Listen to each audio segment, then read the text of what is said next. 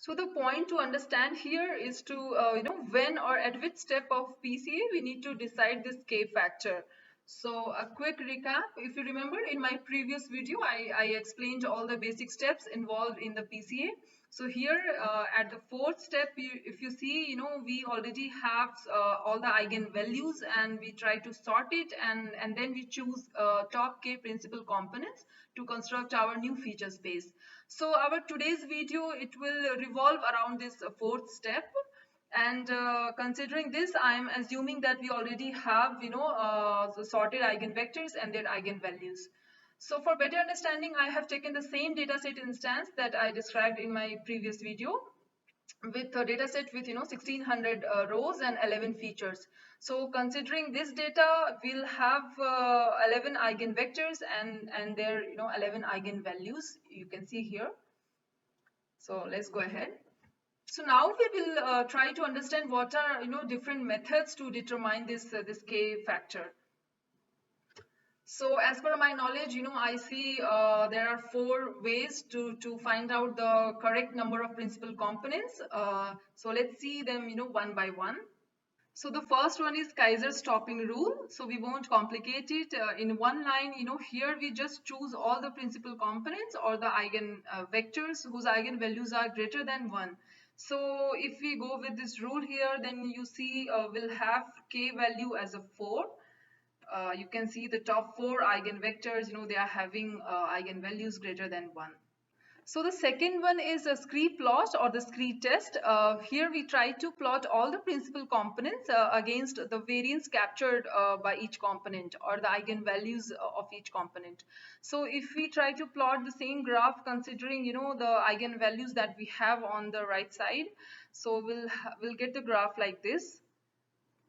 And the trick here is to choose that component number where you see some abrupt decline or distortion, where the slope starts flattening. So if we go with this rule, then we see that here the K value should be either 5 or 6, I would say. So that's all about the scree plot. Now the third method is based on the cumulative variance of each principal component. Before that, let's understand this term, explain variance and cumulative variance. So you will often hear that this is the variance explained by this component. So it means, the fraction of total variance depicted by that component. So here you can find the formula. You just simply divide the eigenvalue of that component by, sum total of all the eigenvalues. So now the cumulative variance is the variance depicted by first n components. So if you want to calculate the cumulative variance for third component, you just simply add the explained variances of first, second and third component. Similarly, for second component, you will just add the explained variances of first and second component. So let's understand this through some data.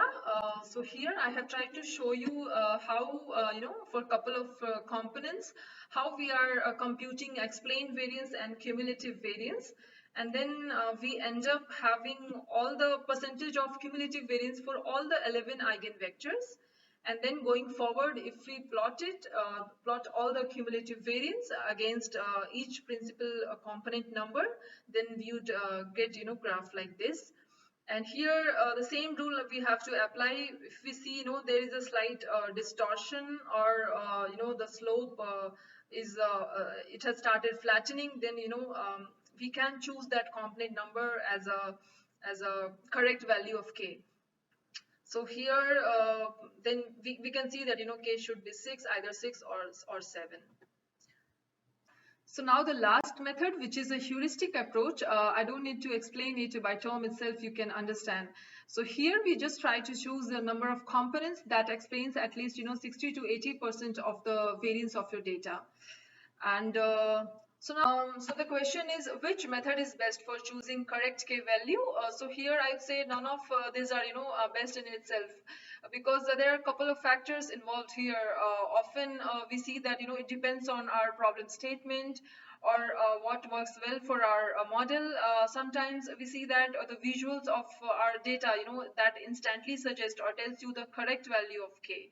So So my suggestion here is to use the given methods and tweak it little, and it will definitely help you to come up with the correct K value. So in this video, that's all guys. Thank you so much. If you get any question, any query, please feel free to drop in the comment section. I will definitely try to help you out. And don't miss my upcoming video, PCA part 3, where I'll be showing you Python implementation of PCA, taking some test data. And till then, see you. Bye bye. Thank you so much.